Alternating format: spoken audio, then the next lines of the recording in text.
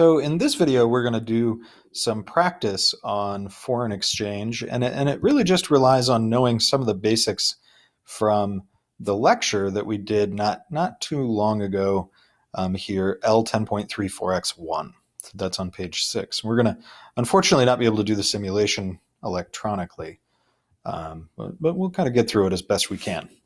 So foreign exchange, the first part is giving us kind of some examples and saying, did the currency appreciate or depreciate? So if $1 buys 0.5 British pounds this month, and then next month it buys 0.75 pounds, did the dollar appreciate or depreciate? So this is saying that is it worth more or is the dollar worth less? So if it's helpful, you can write up here, it would be nice if I had my pen on, worth more, and you can write worth more equals it appreciated. And you could actually say buys more is it appreciated.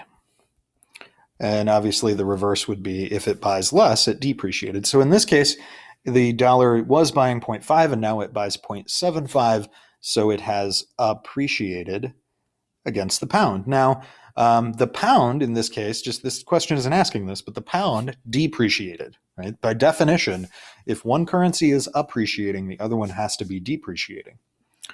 If the second question, if $1 buys 6 yuan this month and 5 next month, has the dollar appreciated or depreciated? Well, it buys less, so we would say the dollar depreciated, and thus the Chinese currency, the yuan, appreciated.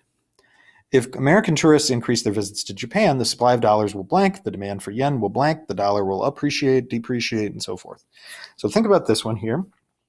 If there are a lot of Americans visiting Japan, they're going to need more yen. They're going to need more yen. And that's because they're going to buy more yen in order to conduct transactions in Japan. They can't buy things in Japan with their dollars. So they're going to need more yen, and so they'll have to increase the supply of dollars because they're saying, oh, take more of my dollars. Think about it like literally going up to a currency exchange window, right? And they're saying, I would like more yen, please. And the currency exchange person says, well, then you have to supply more dollars. And so if the dollar supply is going up, then the value of it must be going down. So the dollar will depreciate and the yen will go up in value and appreciate. If the US government significantly decreases personal income taxes, okay, the dollar will blank, the yen will blank. So if this is the case, then the Americans have more income, so they're going to buy more goods and services. And some of the things they buy are going to be Japanese made. So this is actually the exact same question as number 3, just with a different prompt. So the dollar will depreciate, we would expect, against the yen, and the yen will appreciate. And again, that's because the Americans are going to buy more Japanese goods, and so they have more demand for Japanese yen. If inflation in Japan rises significantly faster than the US, the dollar will blank, the yen will blank. So in this one, inflation in Japan means the prices of goods and services there are very high. And so there's 2 ways to think about it. The Japanese are going to buy more American goods, and the other way to think about it is the Americans are going to buy fewer Japanese goods. So either way we think about it, we're going to end up with the same dollar appreciate, depreciate answer. So think about it like this. If the US is buying, US buys less Japanese goods, right? And we'll say goods. So the demand for the yen will go down. And so the yen will, what? We appreciate or depreciate? It should go down in value. Because if there's lower demand for something, then the price of it went down. So that means the dollar will appreciate and the yen will depreciate. If Japan has a large budget deficit that makes Japanese interest rates go up, the dollar will blank, the yen will blank. So in this case, are the Americans going to buy more or less of those things? Well, the Americans are going to want to buy Japanese bonds because they pay very high interest rates. So US buys more Japanese bonds because they pay high rates. They're good, right? You want to get those. You'd say, ooh, I like that. I want to get that high rate of return. So the demand for the yen will rise, and so the yen will appreciate. And so again, the dollar thus has to depreciate and the yen will appreciate. If Japan places high tariffs on U.S. imports, the dollar will blank, the yen will blank. So in this case, Japan saying, you better not, we're going to make your goods more expensive for our purchasers. So we can rewrite that and say, we'd say Japan buys less U.S. goods. And if that's true, then the demand for the U.S. dollar is going to go down because the Japanese don't really need as many dollars. And so we would say the U.S. dollar, right, the U.S. dollar will appreciate in value as a result.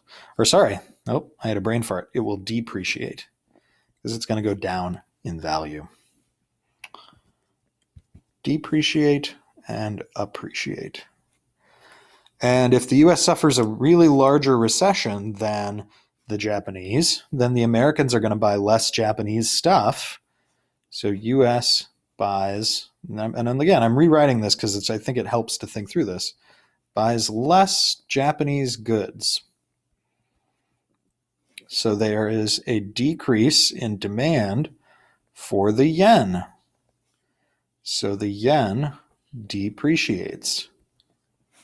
So the yen depreciates. Now, if the yen depreciates, the dollar appreciates. So, a couple of questions that sometimes come up is students will ask like, is it better to have a high value currency or a low value currency? And I think it depends on whose perspective you're taking. If you are an exporter, it would be really helpful to have a currency that wasn't very strong. You'd want a weak currency so that lots of foreigners could come and buy goods and services from your country.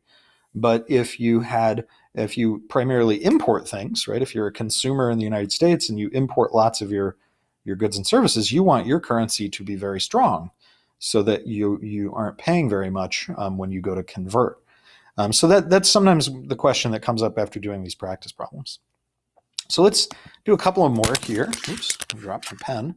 Correctly draw and label exchange rate graphs for the UK and the US and show the effect of interest rates being higher in the UK than they are in the US. So we're going to do two graphs. We have quantity of USD. We're going to do USD. And remember I said bottom, bottom.